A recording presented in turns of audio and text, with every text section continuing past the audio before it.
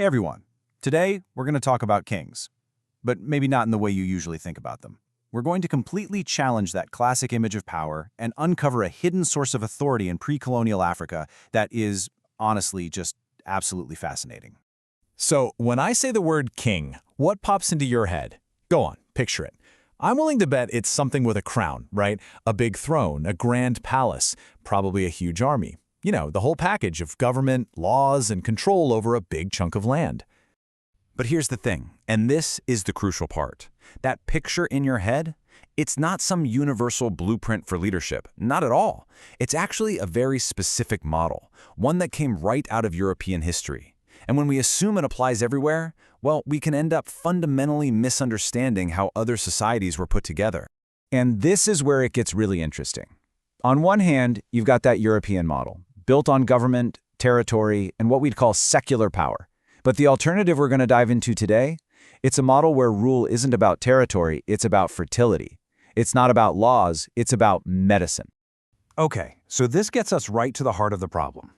According to the source material we're looking at, we've often been trying to understand history through the completely wrong lens.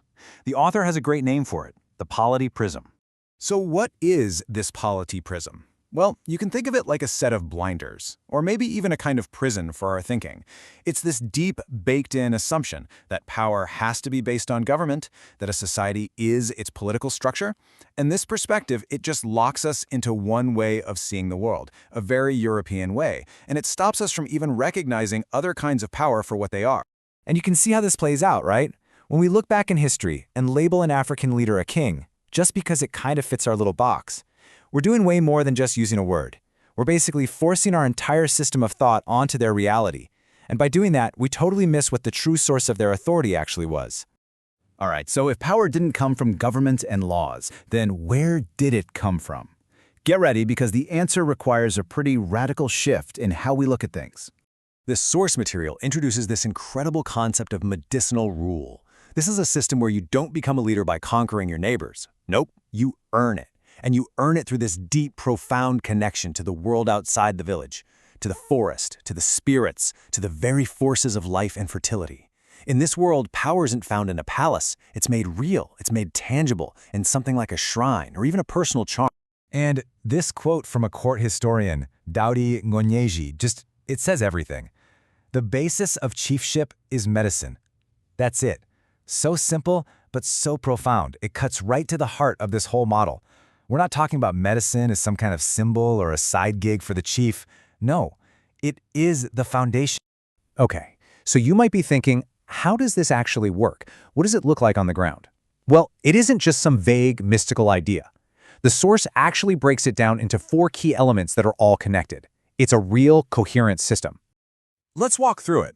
It all starts with divination. That's the ability to actually communicate with the spirit world. Once you have that connection, it leads you to initiation, which is like a trial, an ordeal, where you gain this powerful medicinal knowledge from the forest.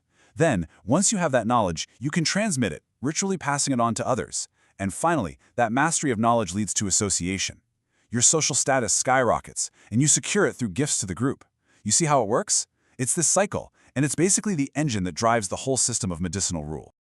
And what's so powerful about this idea is that it's way bigger than just redefining what a chief is. It actually gives us a whole new story, a new model for how entire societies in the region grew and changed over time. You can almost think of it like a plant growing in different stages. So let's start with the roots. The story begins in what are called divinatory societies. Way back then, power wasn't centralized at all.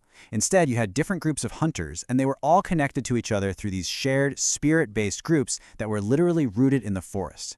This is the fertile soil where everything else begins to grow. Okay, so from those roots, you get the main stem. And this is medicinal rule. This is the point where you start to see a recognizable leader, a chief, emerge. But, and this is key, their authority isn't based on controlling people directly. It comes from their proven mastery of that wild outside world. Their ability to harness the power of the forest and spirits to ensure the well-being and, crucially, the fertility of the entire group. And finally, from that stem, you get the offshoots. Over a long period of time, some of these systems evolved into something that looks, well, a lot more familiar to us, the ceremonial state. This is where a king and a palace kind of co-opt the system. They use big, centralized rituals to overrule the more unpredictable diviners, creating a more autocratic government.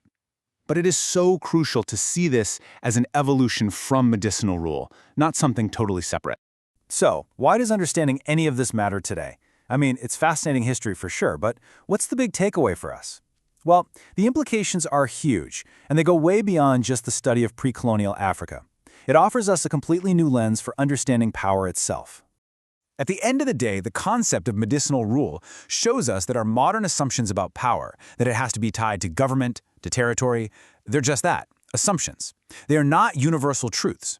This is proof that societies can be organized, and organized very successfully, around entirely different principles, like fertility, spiritual knowledge, and a deep connection to the natural world. And that's the thought I really want to leave you with. If we could get something as central as kingship so fundamentally wrong for so long, just by using the wrong framework, well, it makes you wonder, doesn't it? What else are we misunderstanding? How many other parts of our world, past and present, are we still seeing through the wrong lens?